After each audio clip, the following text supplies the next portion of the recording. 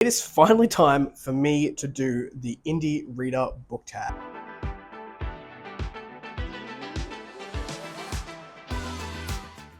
Hello everyone, welcome back to A Fictional Escapist. My name is Chris, and today's video is the indie reader book tag.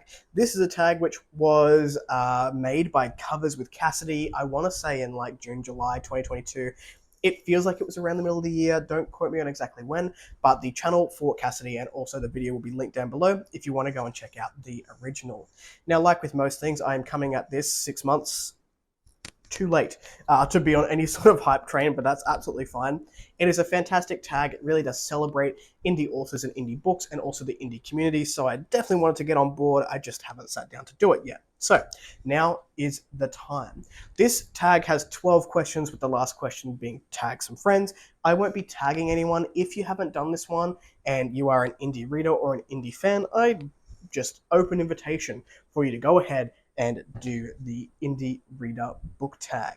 Before we do the questions, make sure you check in the description box down below for links to my social media and Discord, should you want to come along for the ride. Now, let's just jump into it, shall we? Question number 1.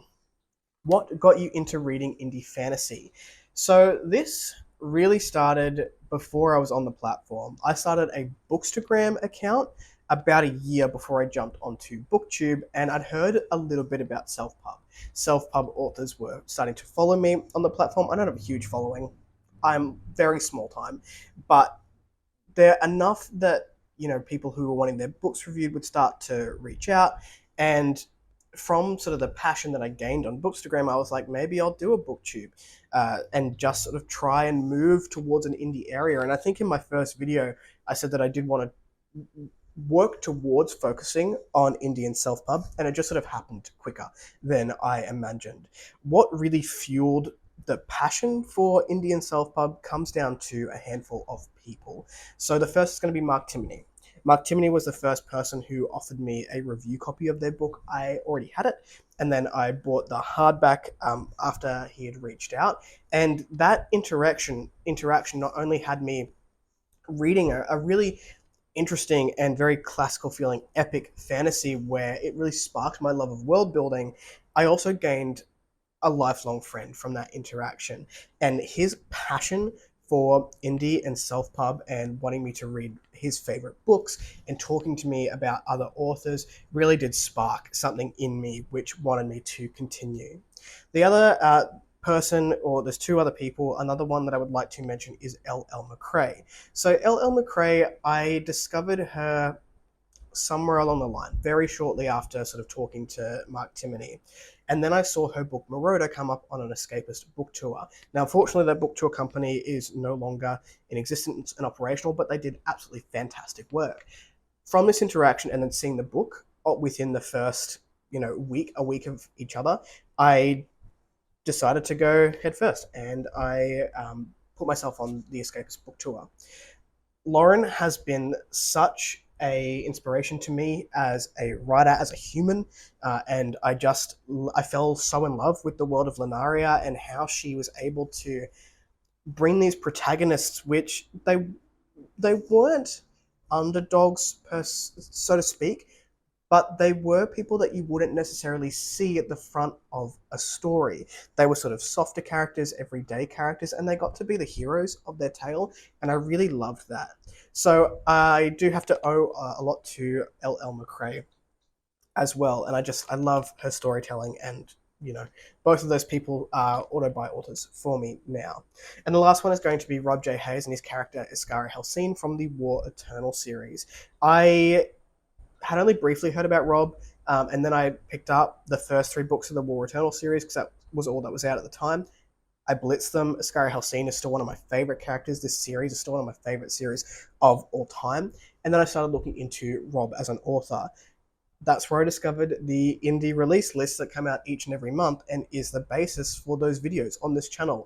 I go off those lists. Opening a platform to indie authors from someone who is a fairly successful indie author himself and giving that voice really inspired me to try and do the same. That was a very long-winded answer, but those are the 3 people that really fueled the passion here. And then, of course, it's opened it up to so many more. Question 2, what is your favorite thing about indie fantasy? My favorite thing about indie fantasy stories is probably something you've heard a lot before, and that is the freedom that authors have to tell the stories that they want to tell.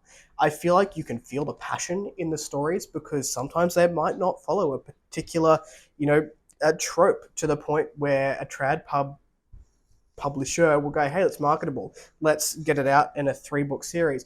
People can do standalones, they can do super long series, they can do books that are purely novellas and they're episodic. They can just tell the story they want to tell, and that makes for some really creative writing and some really fantastic writing. And I would be remiss not to say the community. The indie self-pub community is fantastic. You can find some of the best people in the world in this community. Number 3, what is your favorite indie fantasy book / series? So I don't have, there are too many. Every time someone asks you what your favorite book is, it's just like an immediate panic, and you're like, what have I read ever? I don't know. So I'm going to go with 2 series which have really, one, sparked my desire to be in this world and to want to be in this world, and that is going to be The World of Lunaria. You're going to hear it a few times, by L.L. McRae. And the other is going to be The Brands of Telgear by M.T. Fontaine. So The Brands of Telgear starts with Carved Amidst the Shadows. I've got it here. And this is a politically heavy, like a political intrigue, fantasy. We've got some family drama. We've got enemies to lovers, if you like a bit of a romantic subplot, which is not something I normally go for, but it was done spectacularly in this book. And I think if I just think of the 2 series that have really stood out to me as books with more than one in it at the moment, those are the 2 that come to mind straight away. But of course, there are many, many more series, and they'll continue to grow on this channel as I continue to work my way through the 1,000 series that I want to read before the end of my lifetime. Question 4, what is one high priority... I'm changing question 4. What are some high priority fantasies on your TBR? Well, I'm glad you asked if there was more than one, because yes, there is. Now, this one is going to be a little bit of a cheat. I have a whole bunch of series that I want to read in 2024. So there are 3 on the top of my head that I can share with you that are on series that I'm going to read and complete, or at least get up to date within the next year. The first is Hybrid Helix from JCM Byrne, and this one starts with Wistful Ascending, which I'll pop up here. This is a is it sci fantasy or just sci-fi? Unsure, but it is a superhero story of a retired superhero, and normally that sort of thing wouldn't call to me personally. I've recently read a superhero story and really enjoyed it, so that makes me excited to start something by JCM Byrne. I also read his latest release, Partial Function, and I thought it was fantastic, so I'm looking forward to giving this series a go. The next one is the Crimson Church series by Ryan Beatty, starting with Oath of Bones, which I'll pop up here. This author released all 3 books on the same day for this, which is just such a ballsy move. And I've been interested in reading Ryan Beatty's work for a little while. I saw one of his books, I think it was in, not Spiffbo, maybe Spiffbo 8, maybe Spiffbo 7. I've been following Spiffbo for a few years now, and I never picked it up. So having a new series and sort of following the author now on Instagram for a while, very interested in picking that one up. And the last one that I'll mention, which I am planning to complete in 2024, is the Vashivka trilogy by E.C. Greaves, starting with Daughter of the Beast. Now, I have to admit, I looked at this cover and was just like, yes. I don't even care what it's about. Yes. And then it turns out that it is based on Slavic folklore. Yes, again. So very much looking forward to those, and they are 3 off the top of my head that I'm looking forward to getting to. Question 5, where do you find out about indie books? Everywhere and anywhere other book influencers and authors go. Probably the biggest place, and not a place that everyone enjoys being, is Twitter or X, depending on what you want to call it. I follow a lot of authors on there. I have found a lot of authors on there, made some friends on there, which is fantastic, and it really has been a good way to see how authors market themselves as well, to make some of those connections. Rob J. Hayes lists, I will always discover 1 or 2 things that I'll need to buy as soon as I read those lists. They are fantastic. If you're looking for more indie books to read, it is a place where indie authors can put their books on the list And Rob goes, if you've got a title, if you've got a Goodreads page, if you've got a blurb, fantastic. Chuck it in these lists. They come out each and every month. Some lists are huge and some lists are a little bit on the quieter side, but there's generally always something for me that I'll pick up in there and discover someone or something new. Other book influencers, so I've been on BookTube now for, it'll be 2 years by the time this video comes out. I'm a very small booktuber, but there are much larger booktubers out there who I've followed for much longer than I've been on the platform. And also some sort of medium to small booktubers that also love indie a lot and I really appreciate, and I'll go to them for recommendations. Also blogs. There are some excellent blogs out there. If you are someone who likes a good blog, Before We Go blog, Fanfire Addict, Grimdark magazine, there's a lot of books which do celebrate these indie authors. So I'll put all those blogs down below if you're interested in going and checking them out. Number 6, an indie fantasy you'd recommend to someone just starting to read indie. So again, I'm going to come up with The World of Lunaria by L.L. McRae. This series is so accessible. It is epic fantasy. It is, I would classify it as high fantasy. There are stakes in these books, but they're not dark. It's not a grim dark book. It is very easy to follow. It's very enjoyable to follow. And if you're looking for something to start with to get you into indie fantasy, I can think of no better place to start.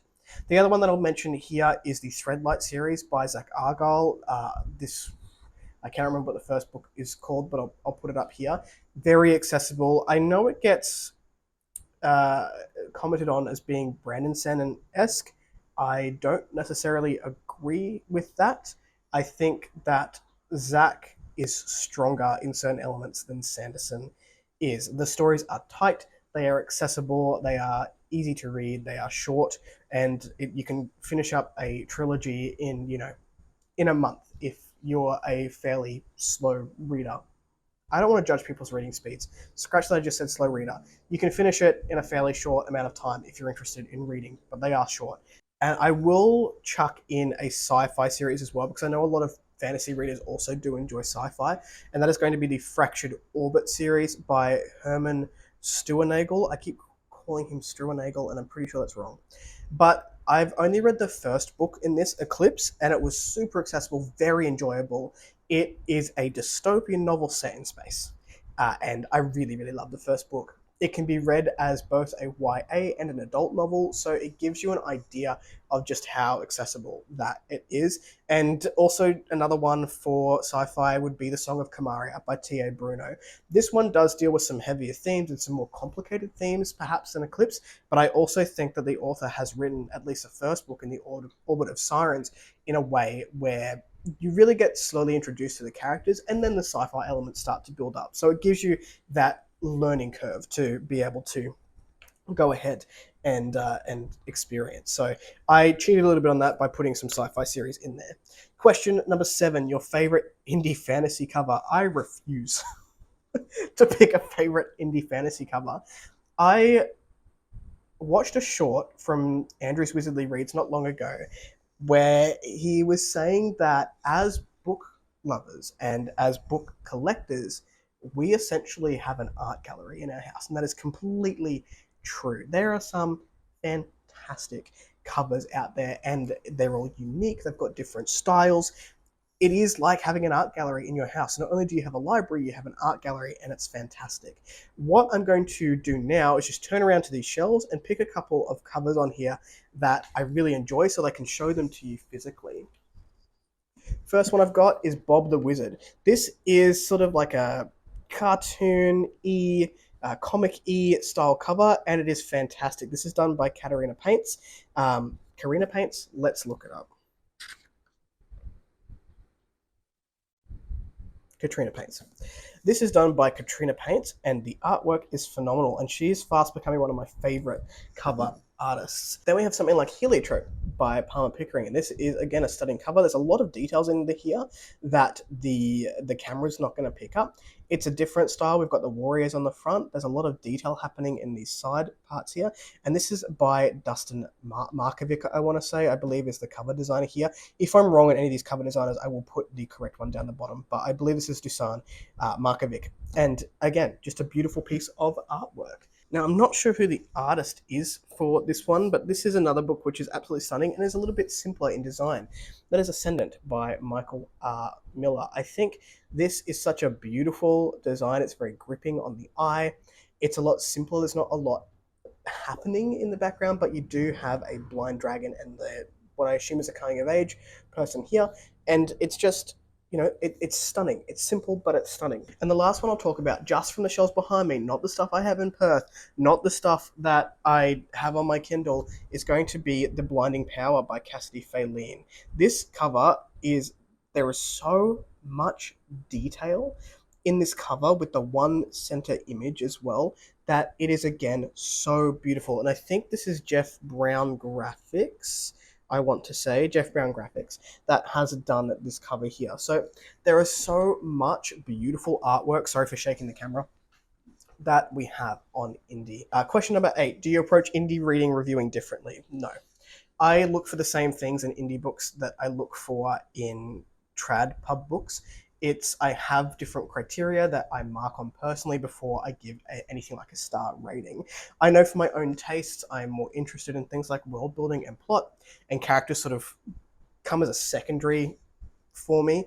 I will forgive character work, and that doesn't change whether I'm reading an indie or a trad pub. I will read and review them the same way. Question number 9. Upcoming anticipated indie releases. I got a whole video coming at some point. It's probably already happened. You're probably seeing this at the end of January, early February. Let me tell you some things that are coming out later this year that I'm very excited for. The Blood Curse by Jessica A. McMinn, the second book in the first book is The Ruptured Sky. What's the series called? Gardens of War and Wasteland. This is book 1.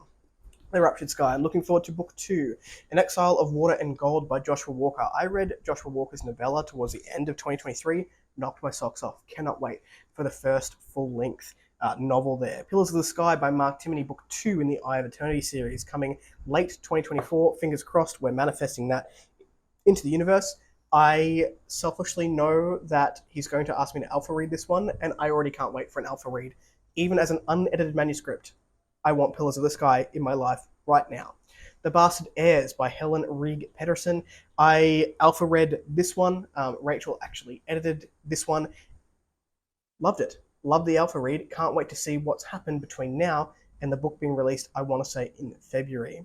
Die Young by Morgan Shank. This is an epic fantasy by the author who did the Low Country trilogy. Cole and Morgan by L.L. McRae. These are the last 2 in the world of Lunaria, finishing off that series with a total of 6 books.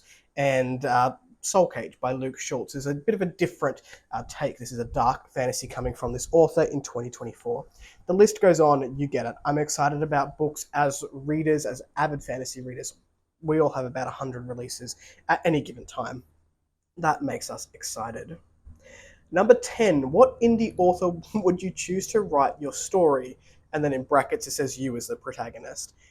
I'm probably going to... I don't know if this is going to shock anyone. I would probably go with someone like Crystal Matar. And the reason is she would make my sordid history more interesting than it is. Crystal Matar is a fantastic author when it comes to characters. So I said earlier that characters sort of come as a secondary thing for me.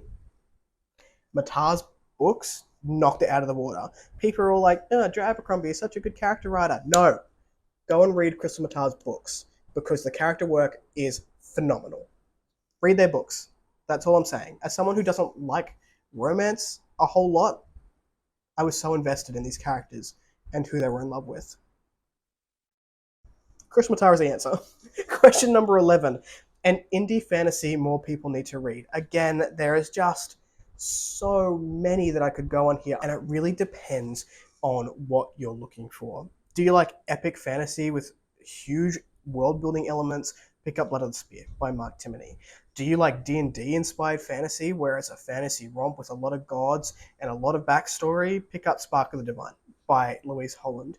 Do you like super low fantasy but sharp and witty prose with a lot of twists and turns? Pick up Pillars of Peace by Tom Dumrell. Do you like a slow burn epic fantasy with a strong found family vibe? Pick up Heliotrope by Palmer Pickering. Do you want a space opera with a coming of age story that offers so much more? pick up Eclipse by Herman Stuernagel. And if you want something that really takes risks between each book and builds and builds and builds, pick up The Soul's Aspect by Mark Holloway. Each story in that series, in the first arc of the Aspect, is different, and the author is really experimenting with his style, and I thought it was fantastic. There are so many books that I could recommend that I've read. I've explored a lot of different subgenres within fantasy and read indie, so if you want personalized recommendations, let me know. I will talk to you for 5 to 6 hours without stopping on indie books. And the last one was tag some people, but like I said earlier, I'm not going to tag anyone. If you haven't done this one yet, go ahead and give it a go. Open invitation from Cassidy, not myself, because she created the tag. If you like the content, give one of those. If you want to see more of it, click subscribe at your will, and I will catch you in the next video. Ciao.